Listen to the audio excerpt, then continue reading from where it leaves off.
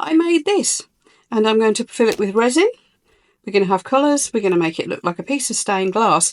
If you'd like to see how I made this and what I now do with it, then join me for the rest of this video.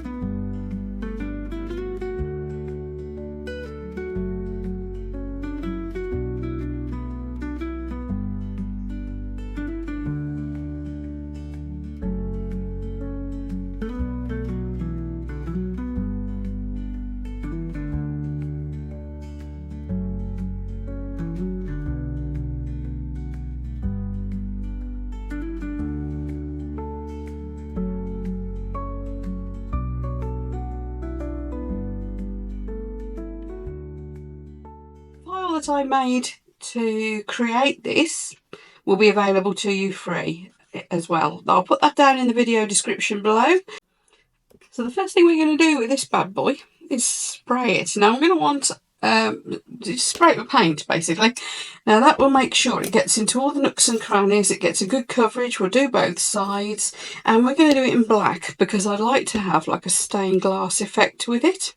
So that's the first thing we're going to do. I think you can use any old black paint. You could just do it with acrylic if you haven't got a spray black, but I just happen to have this, which is a satin black spray. So I'm just going to go and get this painted up and we'll be back shortly. I've been having huge fun with my X tool lately. I think you've probably all seen the guinea pig sign I made for my door. Now this design I actually designed using Midjourney. So nobody else will have this design. Midjourney is an AI image production thing. You basically tell it what you want and it spits out a load of alternatives and you just pick the ones you like. So backing, normally for a small piece that's hollow, we would use bezel tape, resin tape, whatever you want to call it. I use the extra wide stuff from Let's Resin normally. Let me show you. It's that wide. That's pretty wide, isn't it? But obviously this is so big, you'd end up with lines across it where you got the joints in your tape, and it's a lot of faff. So here's a solution. Some transfer tape to get a weeding tool. If you're doing the stuff that you use if you're doing vinyl cutting with a Cricut machine or the like, and it's basically just a huge sheet of clear sticky tape. So it's just the job. So let's peel the back off and I'll show you what I mean. Now, of course, if you don't have this sort of thing, I've got a great big roll of it because I do all sorts of stuff with it. But if you don't have this sort of thing, then just get yourself a bit of cheap sticky back plastic, that will do, or some vinyl offcuts, anything that isn't permanent. That is now a huge sheet of sticky, and that will be our backing. Now you want to cut it just that bit bigger than your piece, because this could get messy. So we're going to press it down. And now this is where it gets very important. You need to make sure it's firmly stuck on the back. Now I've got a brayer roller, again, that I use with my Cricut machine, but if you've got an old lint roller, that would do it. If you've got a scraper of some sort, people sometimes use credit cards. Now you might get the odd crease in it, which is a real pain, and it's very difficult to do anything about it when you're doing a piece this big, but we'll try. Now why it's important to get rid of as many creases as you can is simply because whenever you've got a crease, it could allow that your resin to escape, because we're going to be filling in all these pieces with beautiful coloured resin. So I'm going over and over and making sure it's pressed down as well as I can. And when I said use a scraper, you can do this. This is actually a Cricut scraper, but anything you've got, credit cards and things work well. You know, if you've got an old store card or anything, but get it to stick down as best you possibly can.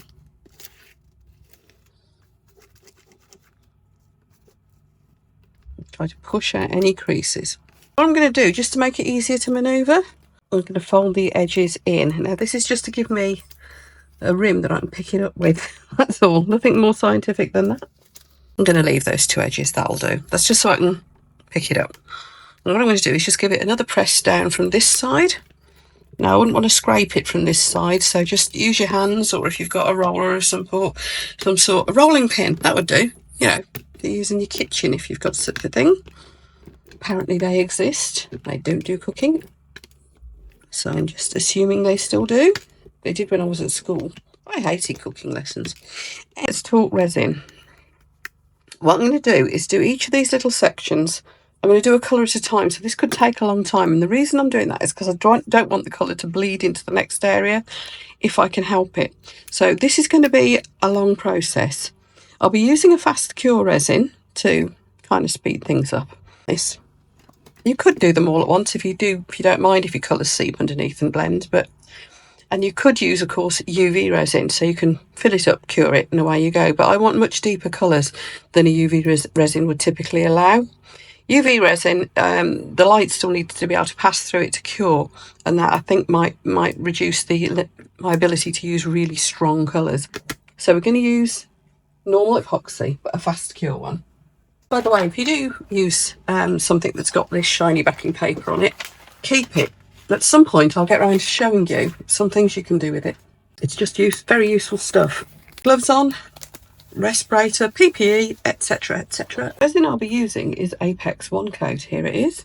It's demoldable within a couple of hours. It's quite warm in my craft room for the time of year at the moment as well, so I think within a couple of hours I will be able to put the next colour in. But the reason for using this is not only does it cure fast, it's really thick, so it is less likely to go under the edges of the wood. So here we go. I've got a silicone stirring stick and a little paper cup. I'm just going to mix this up as normal. It's a 1-to-1, really nice and easy to use. Okay, mate, come and make yourself useful. Hold this pot up for me. Right, so the colour I'm going to be using is from Lex Resin, and it's called Violet. So this will be our first one. I don't know how much I'm going to need. It's only a little pot. A lot of resin dyes are transparent, which makes your life a lot easier when you're doing this sort of thing. There you go, that's 5 drops, so that should be quite a strong colour now. And of course we can do it in more layers if we want to put more layers on to get the colour even stronger. But let's see what this looks like. That's looking pretty good, isn't it? Now you probably can see why I'm using this little tool, which I think I got from AliExpress before anybody asks. I'll see if I can find you the link for it. But I've got a set of these. They've got a flat end on the other end, and I've got them in purple too, not surprisingly. Now what I'm bearing in mind is that I'm working here on a purple mat, so that's going to make that look even more purple. But I've got 3mm of depth here, and of course you can dome it slightly. The surface tension on this resin is going to be very good because it's so thick. I mean, it is meant for shallow stuff like topping coasters and things like that. And hopefully it won't go underneath the wood. So I'm just going to do this with an assortment of different colours. Now, of course, as I said, I'm going to let them cure a bit in between. 2 hours tops, really, because that's the way this resin works. It'll have solidified even if it isn't quite completely ready to demould if you're using it with a mould. You can sometimes demould it in 2 hours, in fact. It is intended to be able to do that if the temperature in the room's right and so on. I've gone a little bit over the edges there, so I'm just going to take my little flat end and push it back in. Of course, you could use a micro brush or a fine tip swab or something like that, or a toothpick. As I'm just going to keep doing the same thing, I'll whiz through the next bit for you. Incidentally, watch this space because I'm working on some Christmas designs with this as well. And I think the baubles that I'm going to be cutting out, I will be offering them at a sensible price in my store as well, because I know not everybody's going to have a laser cutter.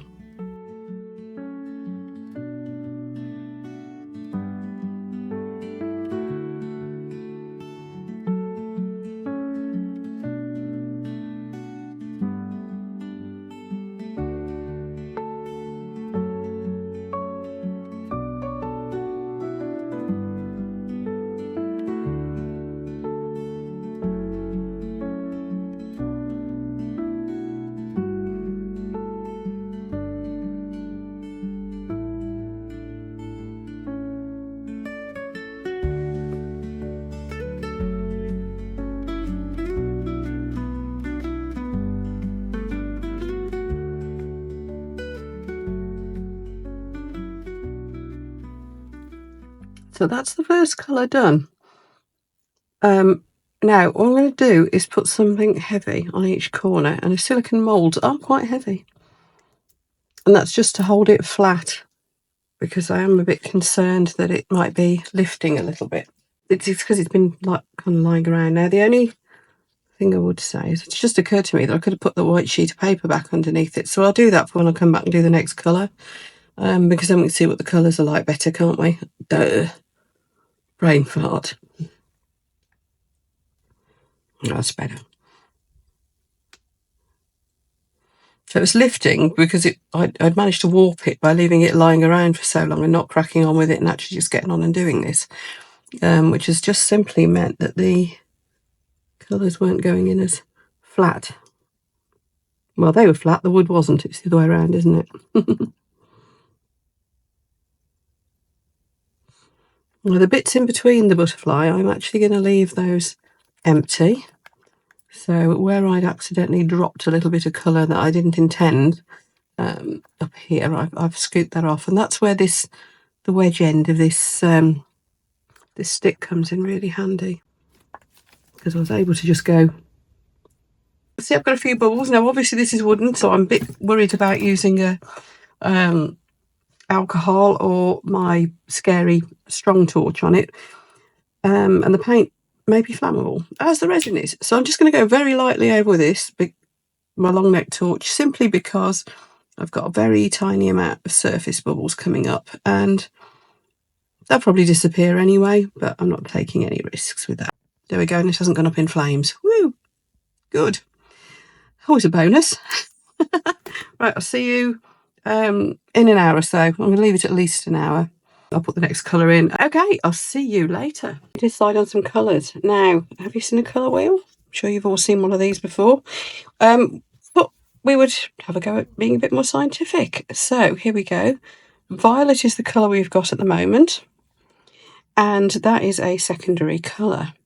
So I want to use the secondary colours all round, which are green and orange, because red, blue and yellow are your primary colours. Exactly in between them, so equal mixes of the two primary colours, you get green, violet and orange. And they call that a triadic colour scheme. So there you go, there's the colour we started with. Triadic ones are green and orange. There you go. So that's going to be my primary colours that I'm going to use. Primary colours, that's the wrong term really in this context, isn't it? Anyway, so we're going in with orange next. I will also put some sparkle in some of these, but let's just go straight in with the orange. Again, I'll fast forward because it's going to be the same process.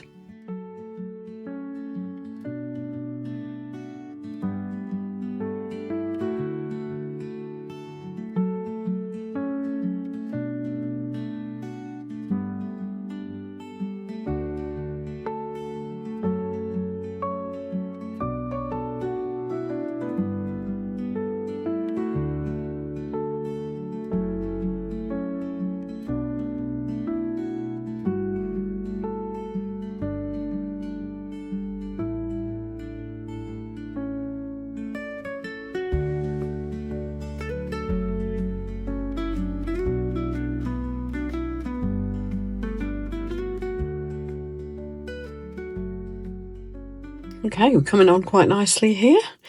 I did get a little bit of leakage, but they're on the bits that are going to be clear, so I can just snip those out. So I'm not going to lose too much sleep over that. Now, I've got some clear, just clear, mixed up in this pot. And what I'm going to try next, I said I wanted a bit of sparkle, and you see this?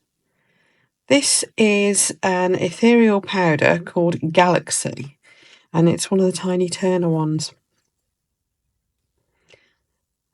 And I get these from Toonfish Crafts. Now I'm just going to mix a little bit in with the clear.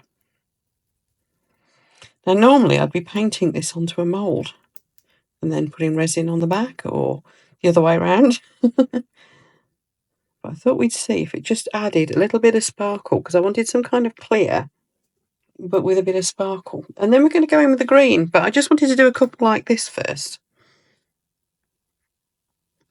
And I was thinking space there. Not sure about this actually. We'll see. We won't really know until I get the light behind it. So anyway, again, I'll speed you up because it is just the same again. I just wanted to show you what I was mixing in, and then I'll go in with green.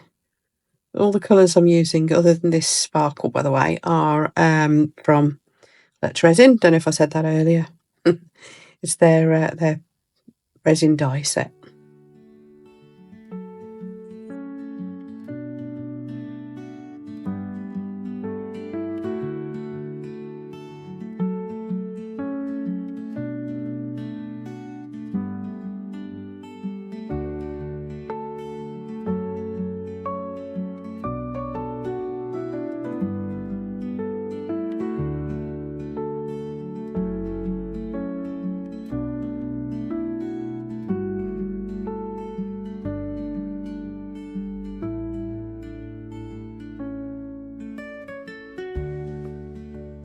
So we're back for the final colour, and it's the Epoxy Resin Emerald Green, and I'm going to make this colour quite strong. We'll see what my colour balance looks like, and I don't know, I'm always tempted to put a bit of blue in as well, but that would spoil my triadic colour scheme, wouldn't it?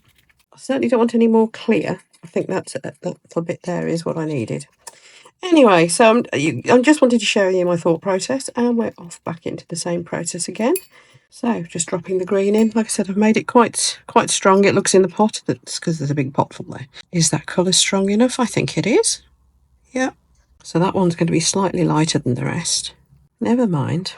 What happens is it kind of sinks as well, so I can put another coat in. I've already done that on the purple. Oh, and I've missed an orange there. Look, that won't match, will it? That's better. Just a little bit more intense.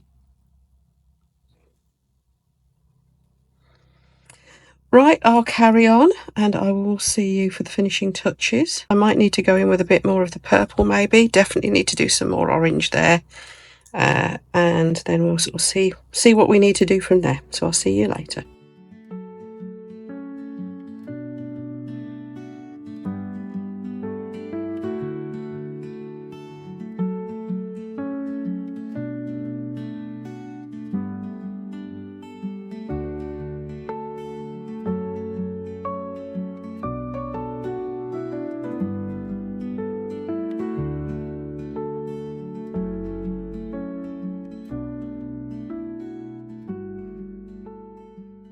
Okay, I've decided on my final colour, and it's going to be sapphire blue. There's no science to this. The other colours I was being quite intentional about. This one I just thought, you know what, blue would be nice. And this is a lovely deep blue, although of course it will look a little bit lighter once it's actually into the piece. So same process again. One thing I have decided, I've done too much of the clear, I think. I might go over some of the clear with the blue. So that's the plan. Then really it's just a case of getting together when this is all cured and peeling the tape off the back and seeing what it all looks like. We'll hold it up to the light and hope it doesn't all fall apart when I pick it up. I have had a little tiny bit of leakage in a couple of places. I'll show you what to do about that. But I'm pleased actually. All that time I spent carefully sticking it down has definitely paid off, because I haven't got anywhere near the number of leaks you'd expect on a piece this big. So I'm just wondering, do I just top coat it? Top coat the whole thing, couldn't I? Seal it all in, could do that. I don't know, might just leave it. I'm sure if you were doing one of these, you would think of something and do whichever suited you. I think the obvious one would be to top coat the whole thing. So let's put the blue in these bits, and then we'll see what I think about the other bits that I said about going back over.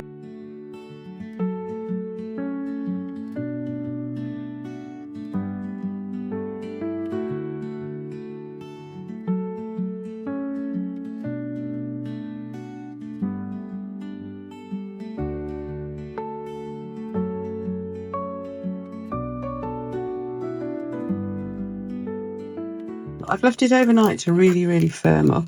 You can see where the resin has gone under the wood in places. Okay, so far so good. I know there's bits I'm going to need to trim away where it went, the colour did go under. Some of it might come away with the plastic. It's amazing how it's really quite hard work to pull it off. The laser cutter I've been using, by the way, will cut black acrylic as well. So you could actually do this with black acrylic quite easily, and I think it would stick better. Shall we have a look?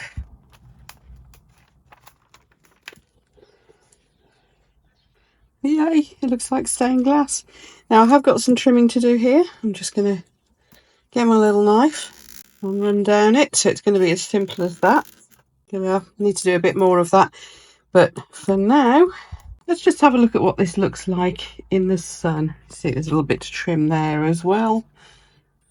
Overall, I'm pretty darn pleased with it. Bear with me. I'm just going to get my phone that I film with off the holder, and I will hold this up to the sun for you.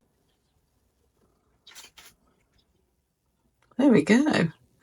You know what? I'm pleased with that. I hope my camera is doing it justice. I'm really pleased with it. Well, if you've liked this video, folks, do give me a thumbs up. And if you consider subscribing, that would be absolutely awesome. It does help my channel to grow, and you'll be notified as well when I post things I come up with my resin. So I look forward to seeing you for the next video. Thanks, everyone. And yeah, hope you like it. See you for the next one. Bye. On the windowsill, the morning breaks, a resin butterfly, catching sunflakes, dusty dreams tangled in its wing. Quiet whispers of the dawn it brings. Colors blend,